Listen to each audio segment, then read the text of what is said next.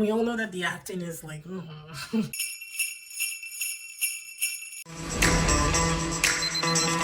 When people look at me, all they see is the spoiled daughter of the hotel magnate.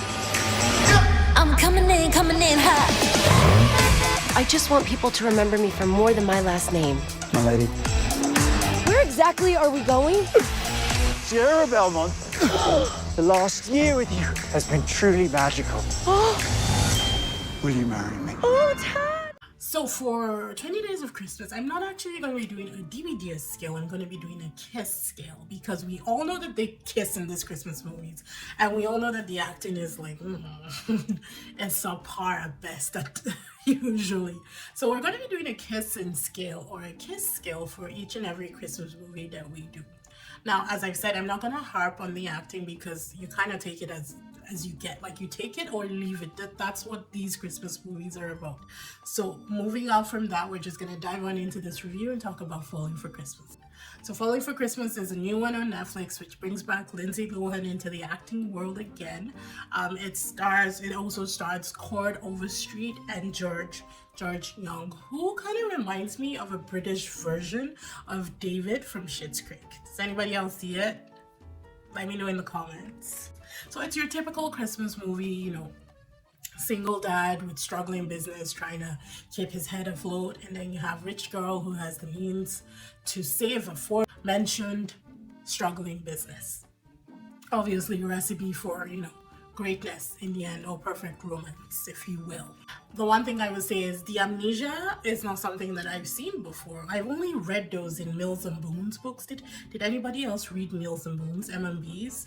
Those kept me going through university, even though they weren't technically allowed. But this kind of played out like that, where it's like a Christmas time and the girl has amnesia. I've never actually seen it in one of the Hallmark movies that I've been watching over the years, but this was new. Also the Santa Claus element, because it looks like there was a guy who was Santa Claus who is performing miracles. I thought that was a step too far, but again, you get what you get with Christmas movies, right? The chemistry between Lindsay and Cord, who I remember from Glee, the chemistry between them was, oh my god, it was lacking. Like there was zero chemistry.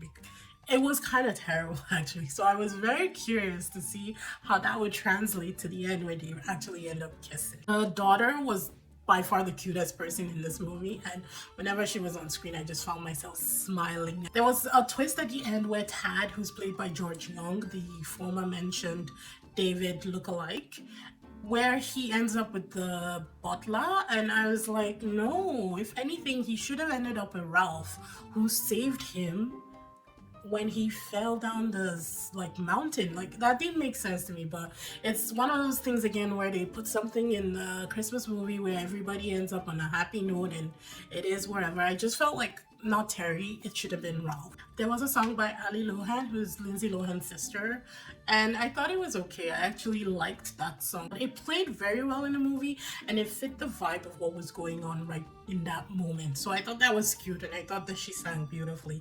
I just had to give her that nod. Overall, not a bad movie. Not the best, but not a bad one. The kiss meter, I would give them a 6. Yeah, I would say, or maybe a 5. I would give them a 5 out of 10 because it looked like they were doing that trick where they kissed the side of the face and not actually the lips, and I don't know why, but who cares? They can do whatever they want. I hope you guys enjoyed this. This is just day 1, people. We have 19 more days coming of Christmas, so hopefully you guys keep enjoying this content and you get to watch this many movies with me as we go along. Be sure to like, subscribe, and hit that notification bell so you know when I post new videos. I'll see you in the next one. Bye.